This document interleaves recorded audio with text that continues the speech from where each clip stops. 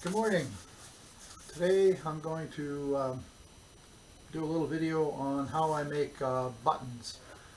The buttons I make are small, manipulative. I make them for grade school teachers. They use them for counting and sorting, and they're made out of natural wood. They seem to like them. The kids love handling them. They're not made out of plastic.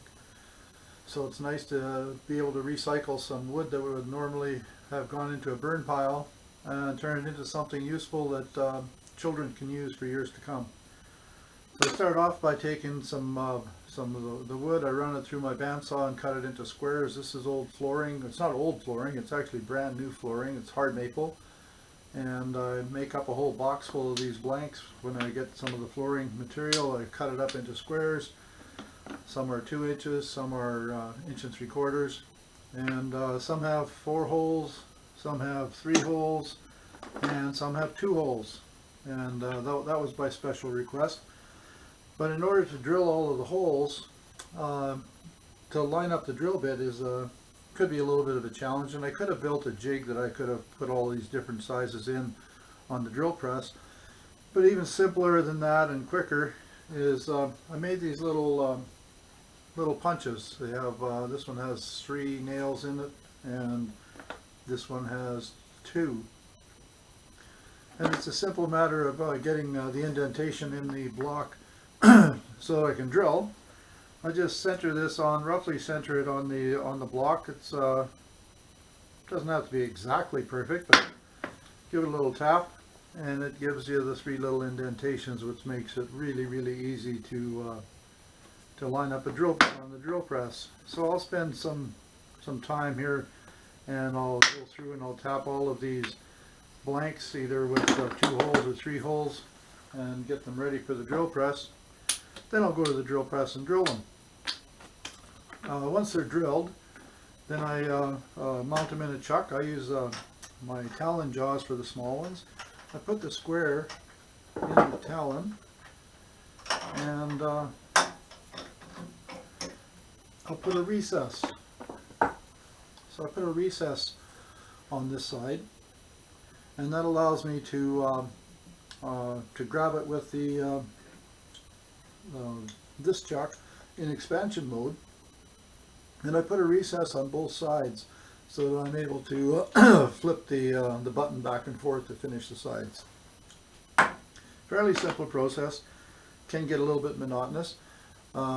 Doing a whole bunch of them, it's nice to have a whole bunch of blanks so that I can do one side on the whole batch, and then switch chucks and do the other side on with the other chuck. So yeah, I'll show you how we put the recess on, and then we'll jump right into turning the other side as well.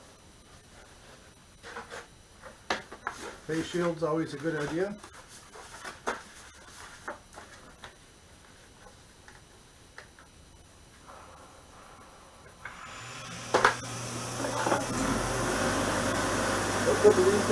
Put the recess on using this little tool here for its ground, so that it will give me the dovetail that I need to match my other chuck.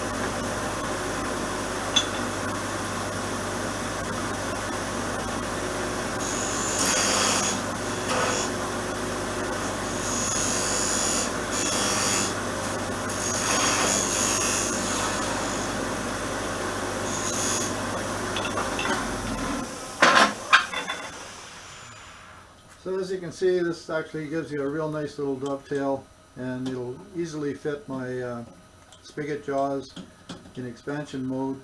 The holes that would have been drilled in here would fit inside that circle, so that's not a problem as well. Next step then would be to turn the whole bunch of them with the recesses, and then we would switch to the spigot jaws and turn the other side.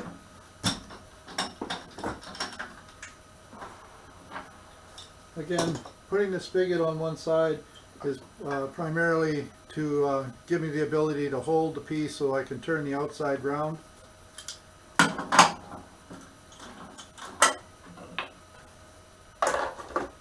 I'll move these out of the way here.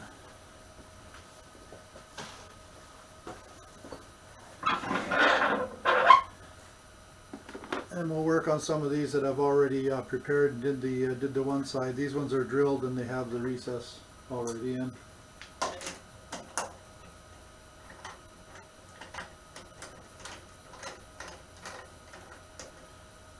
This doesn't have to be held super tight on here. If you put it too tight with the small amount of material that's on here, there is a risk of having too much pressure and it'll pop off. But if I take light cuts and with sharp tools, we'll have some success.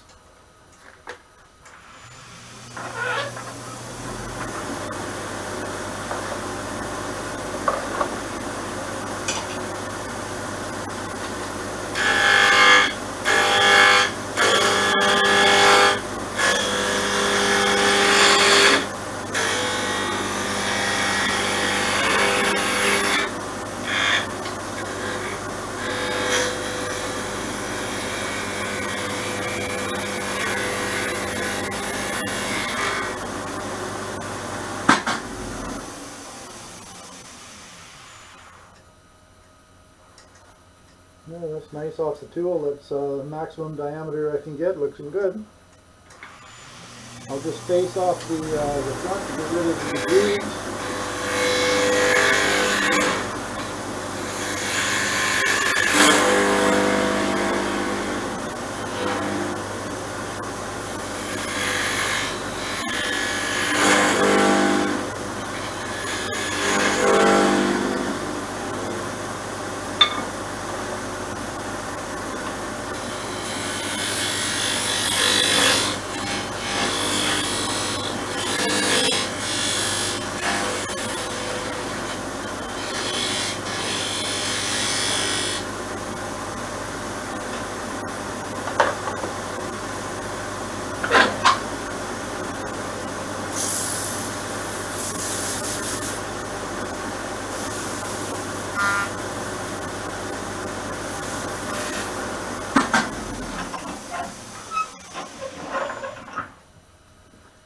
So that's one side finished. And around the other side.